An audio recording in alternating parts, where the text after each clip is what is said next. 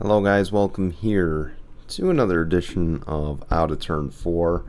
For once, I'm actually taping a little bit early, so I'm excited about that, and that's because got nothing to talk about with this. We'll get into it. As far as the Chargers go, on Sunday morning Tinkle this upcoming Sunday, because it's not been a good start, not at all. Coming up, we're going to recap Bristol. We're going to talk some of the biggest stories that came out in Bristol. A lot unveiled about silly season. We're also going to talk something we meant to talk last week, IndyCar's new TV deal that they are going to be negotiating. And then, of course, we'll make our picks for the worst weekend in racing coming up this weekend. But I want to begin before I talk about this, that we've got to talk about this. So Sunday, NASCAR and Joe Gibbs Racing and everyone really just announced that we have lost Sherry Pollux this week. And if you don't know who Sherry Pollux is, her and Martin Truex used to date for many years, and Sherry has battled ovarian cancer multiple times. Unfortunately didn't win this fight, and she passed away on Sunday at age 44. Of course, it was documented earlier in the season that they did break up. And it looks like Truex has in fact moved on. But obviously we pray for Sherry Pollux and her family in this difficult time. But enough can't be said as well to pray for Martin Truex here. I can't imagine what this guy's going through or what he has gone through in all these years, with her with her battles, and, I can't imagine. It's not something I wish on somebody, and you guys know I'm not a huge Truex fan, but I can't imagine all over the years, and now especially, that it's taken on him. And I certainly hope that JGR and NASCAR are checking in on him and just being sure he's good, And I hope, drivers are doing the same, because, again, it's, so much is made, a person battling, thoughts and prayers, also caregivers, and, they need the thought prayers, and, support just as much, I guess just as much as the person battling. I'm struggling with words here, but they need the help just as much as the person in the fight. So, our thoughts and prayers with Sherry Pollux, and both the families, this week. News for Truex, though, he's advancing in the playoffs, but obviously I'm sure it's overshadowed by the loss of his longtime partner. But let's get on with the show. Let's get back to a little bit of positives, and let's talk some big news here. So let's begin with the Truck Series at Bristol, and Corey Heim is the first driver to punch his ticket into the championship 4. He gets the win, passing Christian Eckes late, but not without controversy. His teammate Tanner Gray, it shows, had cut down to either block or slow the momentum of Christian Eckes, and that left Christian Eckes rather upset. So, of course, he had some stuff to say post-race. As far as Corey Heim, though, nothing but excitement. Of course, he's going to be kind of one of those guys that we got to watch. He's more than likely a candidate now to take on Flying McRae, especially with Toyota drivers moving around. I know Sammy Smith has not confirmed anything yet. That's kind of a big one at Joe Gibbs Racing. And then, of course, John Hunter, the worst kept secret in the garage. He will be going to Legacy Club. There's seats available for Toyota and the next level for Corey Heim. So just had this stock here with this going to the Championship 4. So congratulations to him. He's earned it. He's a talented driver, and I got nothing but praise for him as he moved on to battle for his first title. Justin Allgaier, he gets the win at Bristol. He will advance to the round of 8, but man, I'm like a lot of guys. I was rooting for Junior again. Junior looked strong in that Hamlin car, and then just disappeared for a couple seconds, grab a quick drink, and next thing I know, he's on pit road. I'm like, what happened? He was leading pretty mightily a couple laps ago. Now he's on pit road and looks like extinguishing a fire. And sure enough, his leg caught on fire and in the cockpit. That's unfortunate because I thought he had a real shot to win this race. And of course, he'll get one more opportunity this season. He's going to drive at Homestead in a couple weeks. So I'm glad that, man, what could have been is all you can think of now. Had that not happened. So I hate to see it. But the news that came out as well, Kelly Miller was interviewed after the race, and she commented, next year will be Junior's last one-off race for Junior Motorsports in NASCAR Xfinity Series, and I hate it. There's no other way to put it. I hate it. It's nice to see him come back every year. I think it also keeps him fresh. I wish he'd do some one-off cup races if, Junior Motorsports had the charter and was able to, maneuver, really, having that ability to have maybe a second car in the field to let you run a race that he chooses or something. I would have loved to see that, but I don't think that's going to be possible. News on charters coming up a little bit later, but it's a shame. Dale Jr. still racing, and I think Bristol proved it that he can still race at a top level. And again, the concussions certainly don't help as far as him running more races, but again, he's proven on so many levels that he can compete, and he can still compete at a top level. He only runs one race a year, okay? So the fact that he's still able to do this, in his late 40s, come in for one race with a crew chief that he's probably never worked with, and to go on and almost damn near win the race, it says a lot. It says a lot. So I'm disappointed to see that, but I'm happy that Allgaier advanced to the round of 8, and now we get to brace for Texas. Chances are on Sunday or on Saturday night, Denny Hamlin beat your favorite driver. Because it happened.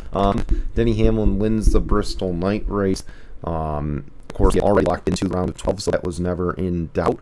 What was in doubt was Martin Truex, Bubba Wallace, and Kevin Harvick. Would they advance?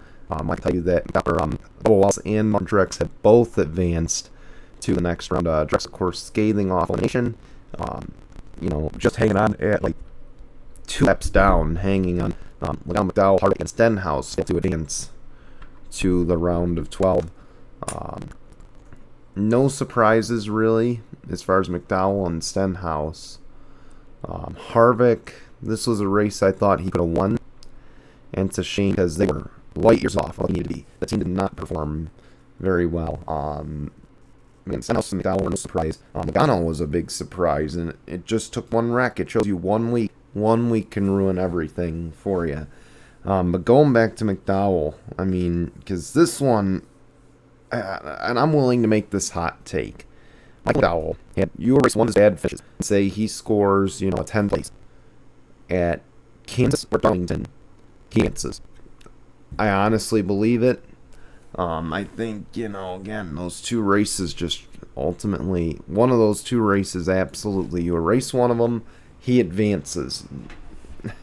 Whether it's over Truex or Bob Wallace, you be the judge, but I think he advanced ahead and into that. But otherwise, no big surprises. Just unfortunate to not see Harvick advance the earliest defending champion to exit in the NASCAR playoffs. So we knew it was going to happen eventually this season, right? But anyway, let's move on to the news now. Daniel Hemrick has joined the Kaulig Cup program starting in 2024, and I got to tell you, the internet is wild, man. Oh my gosh. Like, everyone was just guessing, and then finally everybody guessed, oh, it's Hemrick, because of a freckle on his arm. I was sitting there laughing. All week, just reading it. I mean, they had me intrigued because I'm like, oh my gosh, who is that? I just didn't believe they had me on that. But I mean, once they said Hemrick, I wasn't too surprised. The big surprise could be the number 16 because Chris Rice has said an update on the 16 car will come soon. Based on that, I do believe that AJ will be going back to Xfinity. And mind you that Noah Gragson just got reinstated, so could we be seeing Noah Gragson to the number 16 in 2024? I think that's a real possibility. Of course, more will come in the coming weeks. I'm sure our Twitter will once again, play forensic science to try to figure out whose hand or whose arm more, who shades or whatever it is to figure out who's going to drive the 16. So, shall see. Zane Smith in a turn of events and Ford. Oh my gosh. If you're in the Ford camp, you should be honestly fired. If you are any executive for Ford Racing or Ford Performance, you should be fired.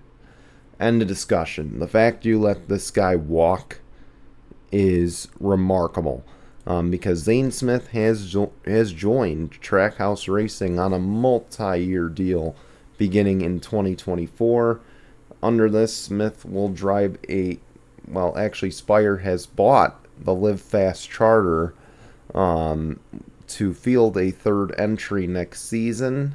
That charter, of course, valued at $40 million. That's the price tag it cost. Now, this is not a lease, which is what Jeff Gluck had to state, that this charter is not a lease. It is Spire's charter. It will be a Spire entry. However, it will be built and, sent to the track by Trackhouse. So it's one of those weird deals that it's not a Spire car, but it's a track, and it's not a Trackhouse car. Or it's not a Trackhouse car, but it's a Spire car. But Zane Smith is driving for Trackhouse, so just why do we gotta complicate things, folks? Zane Smith will be driving the third Spire entry next season, though, on loan, I guess, from Trackhouse Racing. Zane deserves to be in the Cup Series, and frankly, I'm going to argue this too. So does Carson Hocevar. Both of them have earned their right to be in the Cup Series. I'm willing to hear any argument against it, but as far as Carson goes, but man, Carson ran, and I do want to switch gears for a second and talk about Carson Hocevar because this man ran insane in the race. I mean, he almost had a damn top 10 at Bristol in the night race in a marquee event. He ran, I believe, 18th on the lead lap in another marquee event in the Southern 500. Two of NASCAR's marquee events, two of NASCAR's toughest tracks, and he held on and finished inside the top 20. I say in a car, not to mention, he's driven the 42 for 3 straight weeks now. So this is in a car that is below mid at best, probably not getting much Chevy support, because of course we know Legacy will switch to Toyota next season. All I can say is just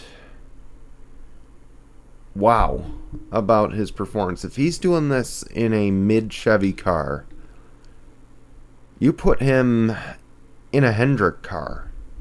I'm willing to put this out there. You put him in a Hendrick car, or you put him in an RCR Chevy. What could this kid do? Like, the possibilities are endless. Same thing with a Trackhouse car. I'm saying you put him in top level equipment, and this kid could go out here and probably point his way into the playoffs. I'd be willing to bet that if he can do this on some of NASCAR's toughest tracks, I think the sky is the limit for him. So, and obviously everybody's felt the same about Zane Smith in his few appearances in the Cup Series, filling in for Chris Buescher last year at Gateway, to now running part-time for Front Row Motorsports. And, of course, there's rumors Almirola is going to return now next season. I'm telling you, Ford is going to regret letting this guy walk. They have now let multiple drivers walk. Kyle Busch, KFB, they let walk. They let Kyle Larson walk.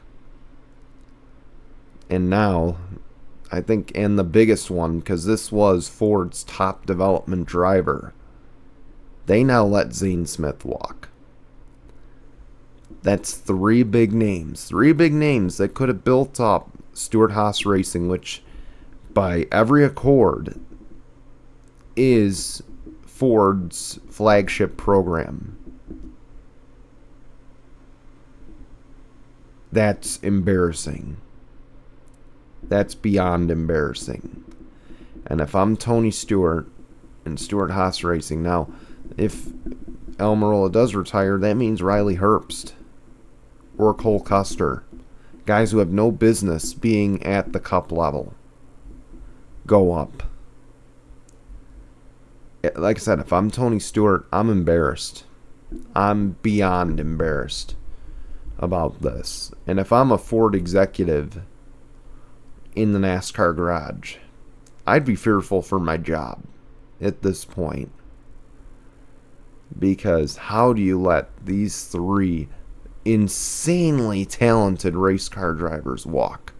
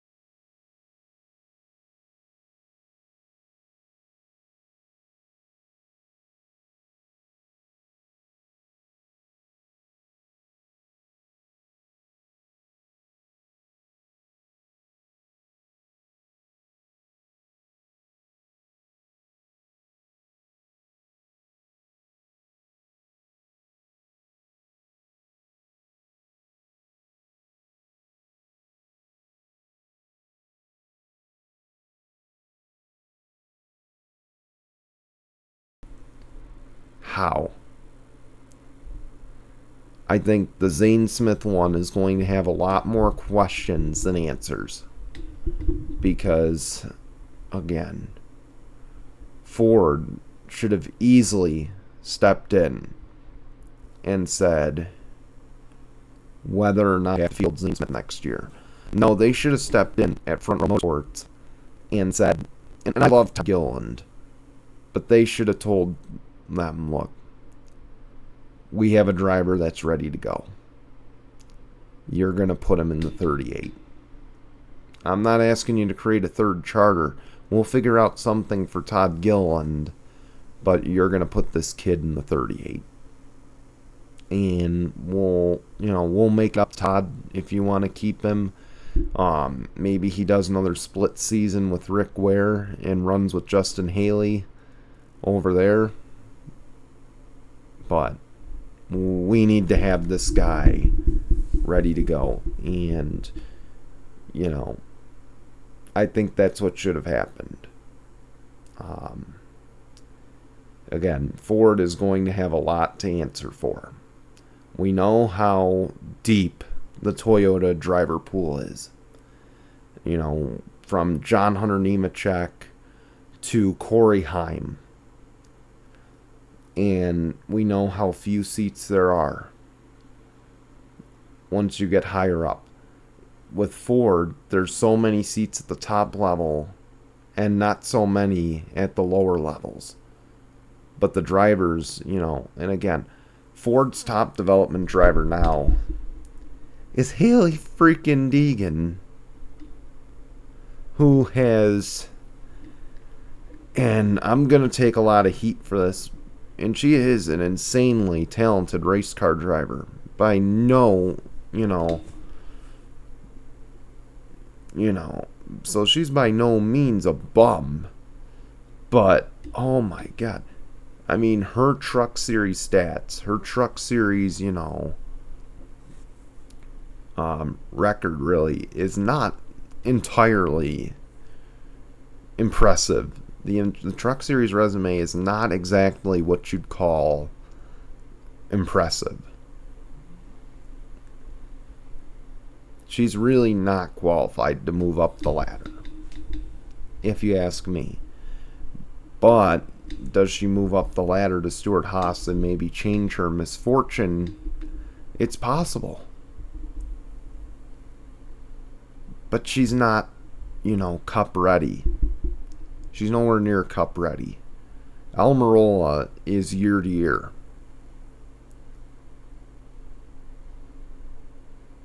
It's come to a point where Ford doesn't have much of a driver program at this point.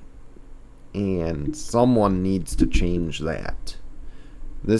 Losing Zane Smith, frankly, losing Kyle Larson and losing Kyle Busch should have been a big wake-up call to Ford. Should have been the biggest wake-up call. This one should be even bigger. This one should be more alarming. That you just let your top prospect walk to Chevrolet. That's a joke. That's embarrassing if I'm in the Ford camp. And I'm not taking that lightly. So I'll leave it at that. But Zane Smith, congratulations. You get your ride at the cup level, which is what you've wanted, which is something you've worked hard for, and something, frankly, you deserve. So congratulations. I can't stress my happiness for Zane, but my disdain for Ford for letting him walk. That's really what I'm mad about, is Ford letting him walk. But moving on, IndyCar will be negotiating new TV deals starting soon. And they have a little bit of a chip on their shoulder. Of course, the ratings, they've never been higher in the last 12 years. So, for God's sakes, get rid of NBC. But I feel like NBC's, the fact that NBC drew these ratings, they're going to have a little bit of a chip on their shoulder too. But seeing the CW could be a possibility. That would be great for the sport because the CW is available to anybody. Anybody. I want to see that. I mean, ESPN's probably going to be in the talks too. There could be Fox again, but I don't want Fox. I don't want to watch the championship on FS1.